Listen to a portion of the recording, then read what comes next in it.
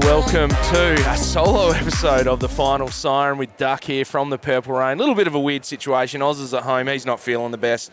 So the big fellas had to step up in a solo sitch. Never done anything solo in regards to podcasting, but let's give it a crack and see how we go.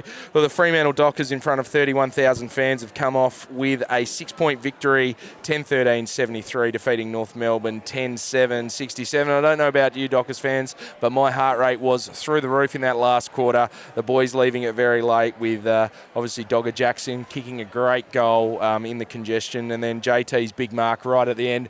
Only for him to kick it out of bounds on the full, but we won't worry about that. Look, I just saw, all in all, a good win, banked the 4 points. I think that's a game that in the last couple of years we may have dropped when the pressure got a bit hot. North Melbourne are up and about. Their tackling was unbelievable. So I think good win, you take that.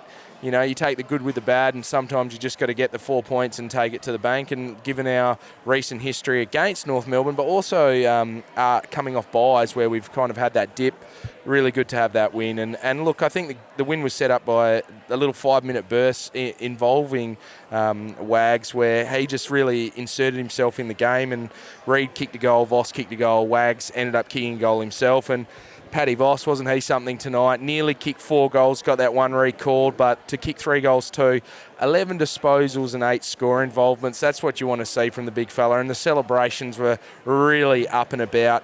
But look, in the end, the game's won and lost in the midfield, and our Warriors in there in Brayshaw and Sarong. I know on the podcast, the Purple Rain, I always talk about them getting 60 disposals, a massive KPI for us. But, you know, Caleb Sarong ends up with 36 disposals and 10 tackles, and Brayshaw with 31 disposals and 9 tackles. Together they had 17 clearances. Outstanding work in there, and look, a lot of metres gained as well. So their ability to be both offensive and defensive in the midfield is very, very important, and they had a fantastic game, the pairing again, along with Jordan Clark, who Alistair Clarkson during the week came out and said how well he's playing, and Jordan Clark lived up to it. 26 disposals and 713 metres gained.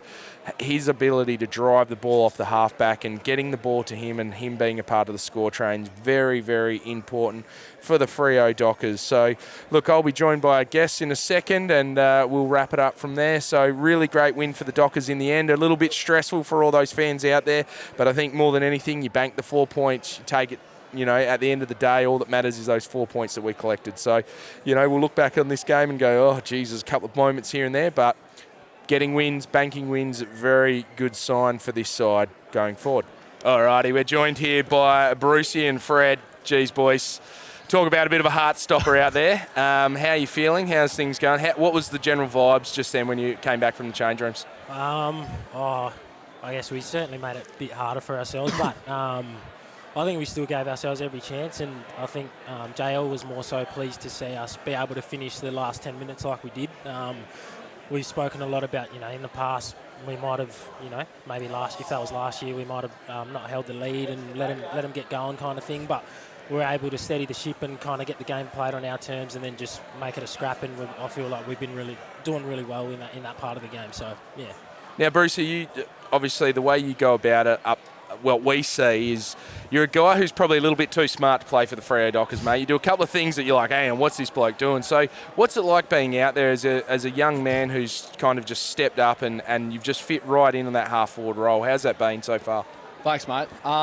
It's been awesome with these boys, especially, you know, I wasn't a half-forward coming into the club, and boys like Rick, Switter, Bolts, those experienced guys really, you know, got around me and made me learn how to play my way, and they've been great for me to, you know, play with confidence and stuff like that to do my thing. And also, yeah, just the role stuff. Like early on, it's probably a bit not right and stuff like that, but yeah, I think I'm getting more comfortable week on week. Had a few iffy moments at the end there, but... very unlucky with that holding the ball, mate. I think there was a Brayshaw got tackled for about 10 seconds. Yeah. But look, if you kicked that, you would have been the hero again, which, you know, obviously getting... those opportunities to kick goals at crucial moments very important for us. Now, Fred, you've jumped up, Rick. You've jumped up and you've gone.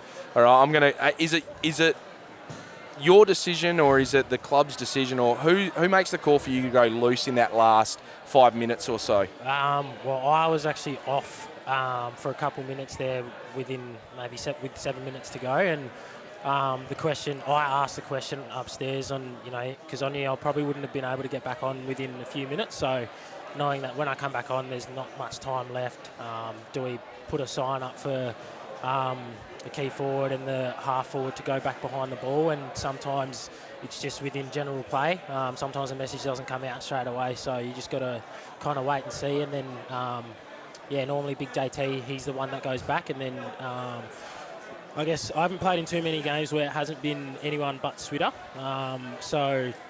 I think for me, I'll just acknowledge, and JT's always waving and wanting to know who's going to come back, and then I'll just put my hand up, and then the half backers talk to me, and we go from there. So it's because I thought you set up really well as well, like in terms of, and the boys being able to talk to you.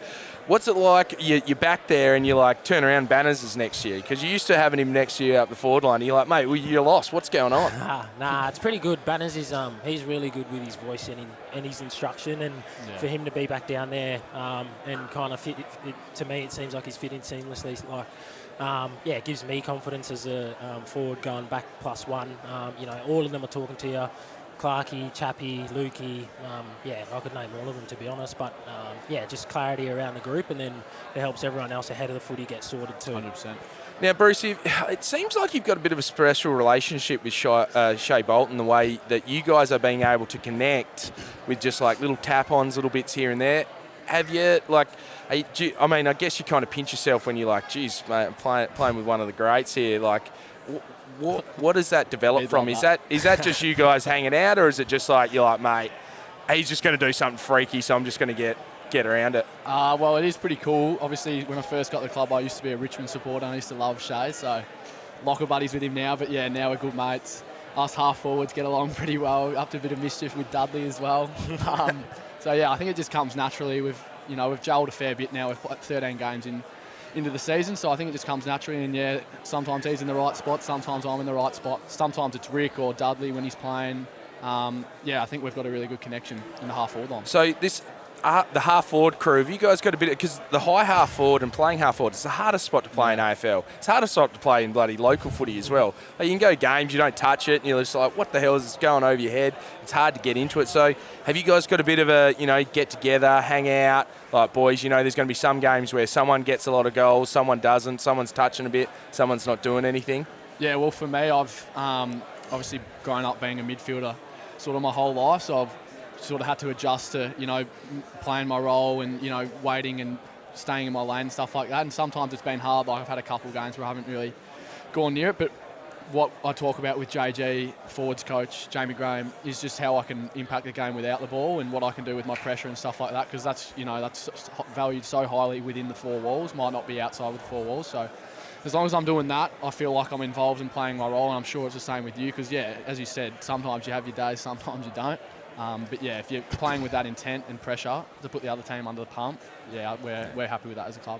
And boys, thoughts on the stealth gear? I think it looks elite. Yeah, no, I reckon a third kit. What do you reckon? I'm a big fan of a third kit. I think every club should have one, because when there's a clash on TV, you're just like, oh man, I can't tell. Like, I need to wear glasses most of the time. I'm like, I don't know what's going on out there. It's hard enough for you guys playing. Like, I imagine, and the breakneck speeds that the game's played at, like when you're just seeing flashes of things, I'm sure it's much easier if it's like a flash of like pure white or pure black, or what Gold Coast are doing with their pink kit, stuff like that. Now, Brucey, can I ask, what's it like being settling into Western Australia?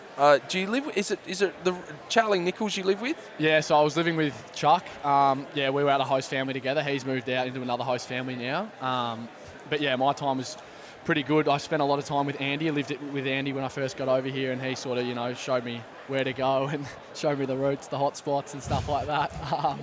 He was great, connecting me with all the boys and stuff like that. I'm sure you would know he's a bit of a funny guy, and then I transitioned really smoothly into a host family and loved my time. Yeah. Oh, nice. Now, boys, we look ahead Thursday night. Bit of a weird one, like a shorter break. What's the routine now? Is it get back in, review this game, and then get straight onto Essendon? Yeah. Pretty much. Short turnaround. So I know that our focus from pretty much tomorrow onwards will be on Essendon.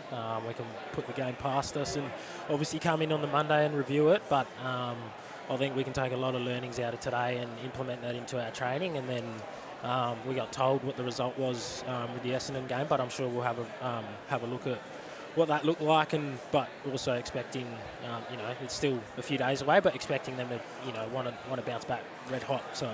And just final thoughts on the fact that, we've got essentially an extra home game. 31,000 fans come out, sounded louder than that. But how good is it just to play that extra, essentially a home game in front of the Dockers faithful? Yeah, Unreal. It's nice.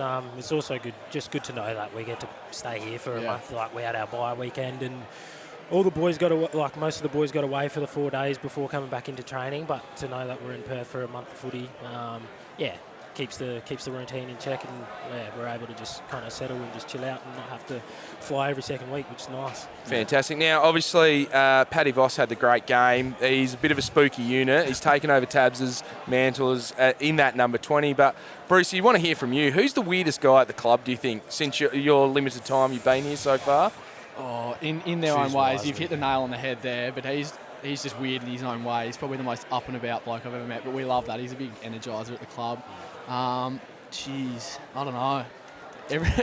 There's a few weird ones like Nathan O'Driscoll. I was going to say. He's a bit different, and we love that. He's good though. He all the boys just makes the boys laugh. Well, you need a bit of variety in life. Otherwise, things are just too vanilla. You need those people that add something a little bit different 100%. that you don't expect. Yeah. All right, Brucey, Rick, thank you very much for joining me on this random solo thing that I'm doing. I'm kind of like, what am I even doing here, man? Like, what's going on? Perched up, mate. Yeah, perched up like one of the big dogs, just hanging out, like watching everyone go by and just kind of pinch myself. But boys, thank you very much for joining us. Great win. Let's go against Essendon again 100%. Thursday night. Big crowd here. Get amongst it, and I think if we just keep working hard, 1 week at a time. I think that's a real big mantra at the moment. We just keep that 1 foot in front of ourselves and go from there. Exactly. Yep. Thanks to the Freo fans, Brucey. Yeah, thanks to the All fans. right, thanks, boys. Cheers. Thank you.